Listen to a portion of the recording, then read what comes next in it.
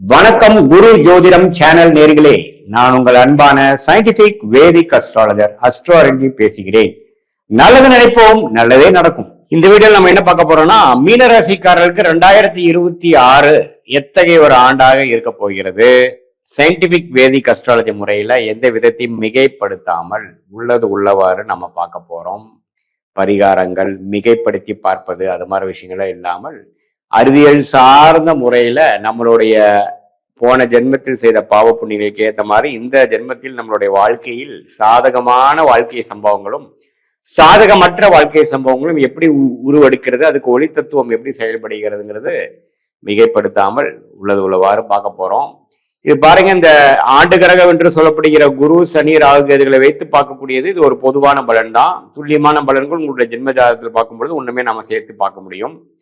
இப்ப பாருங்க, குரு மாதத்தின் முதல் 5 மாதம், ஆண்டின் முதல் 5 மாதம் மே மாதம் வரைக்கும் குரு 4ஆம் இடத்திலிருந்து தொழில் மேன்மை, தொழில ஒரு ஃபோக்கஸ் இம்ப்ரூவ்மெண்ட் அதுல கொடுக்கிறார். நல்ல ஒரு முன்னேற்றம், தாயார், இடம், வண்டி, வாகனம் அது மாதிரி விஷயத்திலையும் ஓரளவுக்கு நம்மளுடைய கர்மா என்ன நம்ம பண்ண நினைக்கிறோமோ அதுல ஓரளவுக்கு ஃபோக்கஸ்டா பண்ண வைக்கிறார். இருந்தாலும் ஜென்ம சனி போய் கொண்டிருக்கிறதுன்னு மறந்துடக்கூடாது.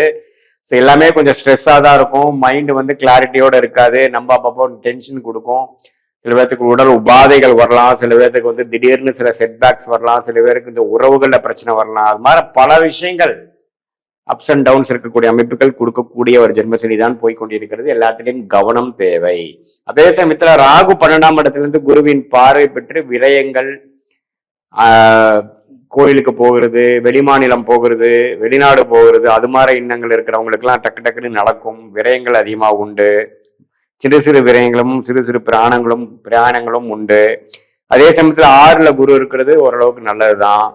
ஸோ இது எது மாதிரி ஒரு அமைப்பு கொடுக்குதுன்னா, முதல் 5 மாதங்கள் நம்ம கூட செய்யக்கூடிய வேலையில நிதானமாகவும் அதையும் ஃபோக்கஸ் பண்ணிக்கூடிய அமைப்புகள் தேவைப்படுகிறது. இதே ஜூன் மாதத்துக்கு அப்புறம் பாத்தீங்கன்னா குரு 5ஆம் இடத்துக்கு உச்சம் பெற்று இதுவரை 5 மாதமாக ஒரு டல்லா போயிட்டு இருந்த விஷயமெல்லாம் கொஞ்சம் நல்லா ஆகுது. ஜென்மசனி கொஞ்சம் கண்ட்ரோலுக்குள்ள வருது.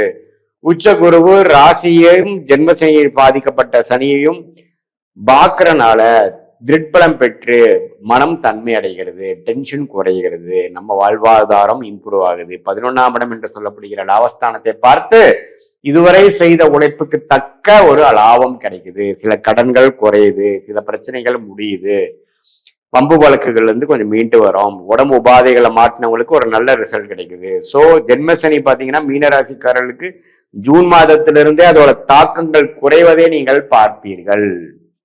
ஆனா அது வரைக்கும் நீங்க கொஞ்சம் கேர்ஃபுல்லா தான் இருக்கணும். திடீர்னு எண்ண மாற்றங்கள், மென்டல் ஸ்டெபிலிட்டி இல்லாமல் இருக்கிறது, கோபதாபங்கள் வருவது, உடல் உபாதைகள் வருவது, சிறு வயதினர்களுக்கு பார்த்தீங்கன்னா தவறான சகவாசங்கள், தேவையற்ற செயல்கள்லாம் செய்யக்கூடிய அமைப்புகள் இருக்கு. கொஞ்சம் கேர்ஃபுல்லா இருக்கணும். ஸோ மனம் சஞ்சலப்படக்கூடிய அமைப்புகள் இருக்கு. ஜூனுக்கு மேல ஒரு நல்ல அமைப்பு மீனராசிக்காரர்களுக்கு காத்திருக்கிறது. மனம் உற்சாகமடையும். அடுத்தடுத்த வேலை மாற்றம், முன்னேற்றம், தொழில் அபிவிருத்தி, வெளிநாடு பிராணங்கள், குழந்தைகள் எதிர்பார்க்கிறவங்களுக்கு குழந்தைகள் விஷயங்கள், கல்யாணமாகாமல் தடையா இருக்கிறவங்களுக்கு திருமணம் நடக்கக்கூடிய அமைப்புகள், நற்செய்தி பெறுவது, வேலையில ப்ரொமோஷன் வருவது, லாபங்கள் பெறுவது, நண்பர்களிடையே ஓரளவுக்கு நல்ல அமைப்புகள் வருது, காதல் கை கூடுவது, இது மாதிரி நல்ல பலன்கள் ஓரளவுக்கு செகண்ட் ஹாஃப்ல கொடுக்கக்கூடிய அமைப்புகள் இருக்கு. பட் என்னதான் இருந்தாலும் ஜென்மசனி ஆண்டு முழுவதும் இருக்குதுங்கிறது மறந்துடக்கூடாது. அதனால எந்த ஒரு முக்கியமான விஷயங்களும் எடுத்தமா கம்தமானு செய்யாமல் கொஞ்சம் பொறுமையாகவும் கவனமாகவும் கண்டிப்பாக மீனராசிக்காரர்கள் செய்ய வேண்டும். எல்லா வயதினரும் மனதை கட்டுக்குள் வைத்துக் கொண்டு வேணும், கண்ட்ரோலா வச்சுக்கணும், செலவுகளை பார்த்து செய்யணும், உடல் உபாதைகளை வராம பார்த்துக்கணும், மன சோர்வுலேருந்து நீங்கி வரணும். நம்ம யாரோட பழகிறோம், புதுசா யாரோ உங்களோட நட்பு பாராட்டுறதுக்கு மாதிரி வந்தாங்கன்னா அவங்க யாரு என்னன்னு பேக்ரவுண்ட் தெரிஞ்சுதான் உங்களுடைய சீக்ரெட்டான விஷயங்கள், பர்சனலான விஷயங்கள் பேசணும். நம்பி ஏமாறக்கூடாது. ஸோ இது மாதிரி ஒரு ரிஸ்கான ஜென்மசனி என்று சொல்லப்படுகிறது.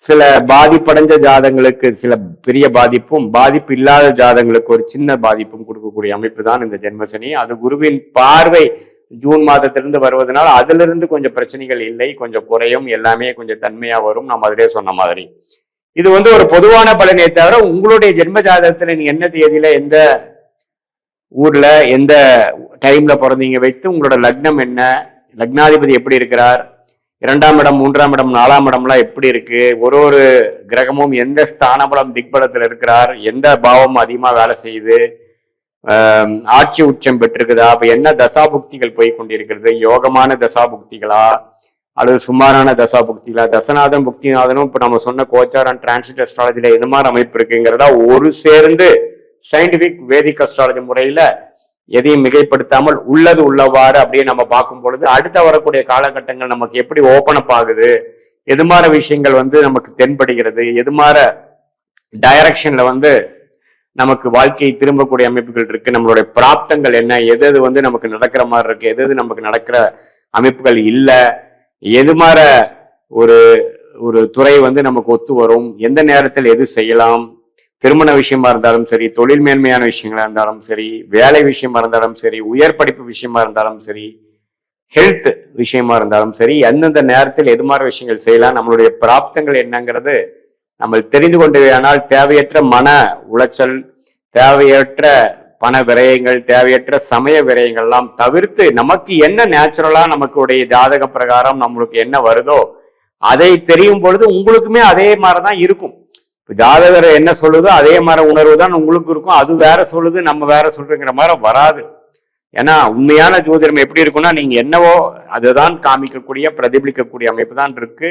அடுத்த வரக்கூடிய கர்வ் எப்படி இருக்கு, நமக்கு சாதகமான டைம் எப்போ வருது, எந்த நேரத்தில் எது நம்ம செய்யலாம், எப்போ நமக்கு வேகமாக எது மாதிரி காலகட்டத்தில் நம்ம ரிஸ்க் எடுத்து செயல்படணும், எது மாதிரி காலத்தில் நம்ம கொஞ்சம் அடக்கி வாசிக்கணும், சர்வேவானா போதுங்கிற மாதிரி இருக்கணும் அப்படிங்கிறதெல்லாம் நாம இந்த மனித குலத்துக்கு அருளிய இந்திய வேத ஜோதிடத்தை புரிந்து கொண்டு அது மூலமாக நம்மளோட வாழ்க்கையை கிளாரிட்டியோட நம்ம செயல்படும் பொழுது மன உளைச்சல் இல்லாமல், கன்ஃபியூஷன் இல்லாமல், இரட்டை மனம் இல்லாமல் நம்ம செயல்படும் பொழுது நம்மளுடைய உண்மையான கர்மாக்கு தகுந்த மாற உண்மையான பலன்களை பெற்று வாழ்க்கையில தேவையற்ற பண விரயங்கள், தேவையற்ற சமய விரயங்களை தவிர்த்து நம்மளுடைய பிராப்தத்தை தெரிந்து அதுக்கு தகுந்த மாதிரி திட்டங்களை தீட்டி அந்தந்த நேரத்தில் அதை செயல்படுத்துமே ஆனால் வாழ்க்கையில் எளிதில் வெற்றி பெறலாம். இதை விட்டுட்டு நாம தேவையற்ற நமக்கு ஆகாத சில வேலைகள், ஆகாத தொழில் பண்றது, ஆகாத நேரத்தில் நம்ம போய் ஒரு விஷயத்த இன்வால்வ் ஆகும் பொழுது நமக்கு பாத்தீங்கன்னா என்னடா எதுவுமே நடக்க மாட்டேங்குது அப்படிங்கிற மாதிரி இருக்கும். முதல் எப்படி நம்ம ஒரு ஊருக்கு போறோம், தெரியாத இடத்துக்கு போறப்போ ஒரு கிளாரிட்டி இல்லாதப்போ நம்ம கூகுள் மேப் அப்படிங்கிற ஒரு விஷயத்தை நம்ம பார்த்து நம்மளோட ரூட் என்ன, இன்னும் எவ்வளவு டிஸ்டன்ஸ் இருக்கு, இன்னும் எவ்வளவு மணி நேரம் ஆகும், வெளியில் போறப்போ டிராபிக் இருக்கா, என்னென்ன மாதிரி விஷயங்கள் இருக்குன்னு நம்ம தெரிந்து அது பிரகாரம் கிளாரிட்டியோட போய் நம்ம சேர்றோமே.